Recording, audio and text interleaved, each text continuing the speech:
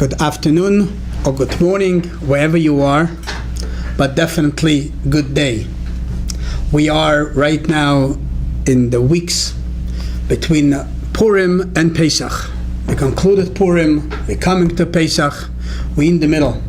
We're still in the moments of Adar, of the Simcha of Adar, and as the Gemara says, Nismech Geula leGeula, that the redemption of Purim, we connect to the redemption of Pesach, so we definitely have very inspirational moments right now, moments of joy. And in the same time, we're having another Parsha this week, and it's Parsha Shmini, and as we know, Vayi Bayom Shmini, the great day, the 8th day, that this 6th Parsha is a great special day. How could we connect it all? So just one little line, and let's try to connect it a bit. So we definitely spoke about Purim, many different ideas. But as we all know, the general idea of Purim was the story, the miracle, that it was a moment where the Jews knew that it's not going well for them, as we know the story with Haman, La'ashmid, La'areg, La'abed, Eskola Yehudim. And as Rav Shimon Bar Yochai gives many reasons why this came upon them. Let's not get into it right now. But it was reasons that this is where Hashem allowed the decree happen, and it was signed and sealed a decree upon the Jews. But what's the story of Purim? That in this hard time the Jews went and they were fasting for 3 days. And as the Baal HaTanya explains, they were in a level of Mesirut Nefesh, complete devotion, through the hardship, through knowing that it's not working out for them. It brought them to such a great level of Mesirut Nefesh, of devotion to God. And this, as we know the story, turned everything around. As we know, Purim is called Veno Apuchu. It turned around, that it became the great day of Purim. That it became a miraculous day. It became a day that from Yogain to Simcha, from sadness, it became great joy.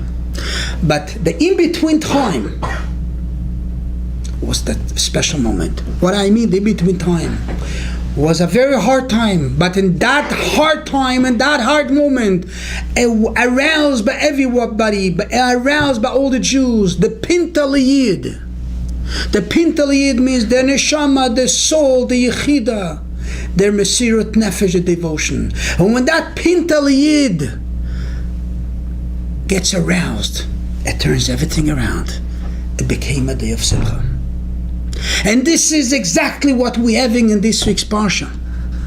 This week's Parsha mainly is talking about the story of the 8th day.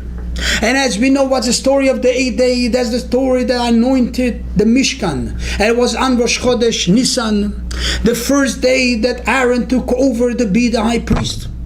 The first day that it became a connection between Hashem and Am Yisrael. The first day that's supposed to be the day that Hashem will forgive us for for what we did with the golden calf. As the first day that's supposed to be the bond, the simcha, the joy. But we're having a long story in this 6th Parsha about this day. And the story is, as we know, Moshe comes to Aaron and tells him, take over, you will do it. You will make it happen, that Hashem will forgive us, and Hashem will reveal himself to us. Aaron is not so sure about it, and he says, with his humbleness, is it me? But he says, yes, you that chosen to do it. As we know the story, Aaron does everything he's got to do. He brings this kind of offering, that kind of offering, special offering, to forgiveness for the golden calf. But everything is ready. They're waiting for the sign of Hashem. They're waiting for the sign of Hashem, that Hashem is revealing himself to them and is going to forgive them for everything. But it's not happening. Aaron is looking, Moshe Rabbeinu is looking, and the entire Jewish nation is looking. A moment of feeling very crushed. Aaron feels very, very crushed. The Jews feel very, very crushed. They waited so long. Hopefully, this will be the day that Hashem will reveal himself to them, and it's going to be the redemption. It's not happening yet. As we learn the story. When Aaron turns to Moshe Rabbeinu, what are you doing to me? It's not happening. And they both walk in, as we learn the story in this expansion, the daven to Hashem.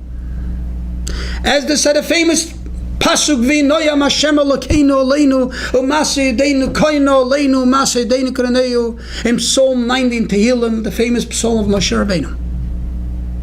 And after this crying and davening to Hashem, they both walk out. And what happens in this moment? The great revelation of God. The fire comes down, consumes everything.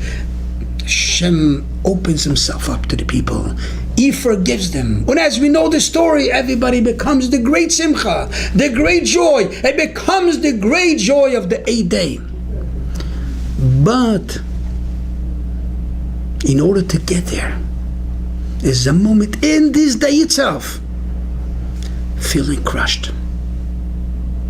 A hard time. And as we said before about Purim, the same story happens today in our portion. But second, the feeling crushed, even Aaron himself, it comes down the prayer to Hashem from the depth of the heart. The neshama, the pintalid, gets revealed. And the revelation comes right after that.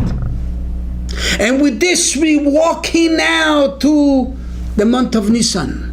Month of Nisan is our first redemption. The month of Nisan will be our last redemption, and that's Mashiach. And we have to know the same thing for the last redemption that we're coming up to. We're seeing hard times. We're seeing but be crushed. It doesn't look good. Why? Where's Hashem? We need already the revelation. We need Mashiach. We'll learn from this expansion. Yes, it's a moment that you feel crushed. But at this moment, now Am Yisrael, as we see the world, every Yiddish neshama gets revealed. The pintalid gets revealed. And therefore, Himetz Hashem will have now, right now, the same thing, right now coming into the month of Nisan.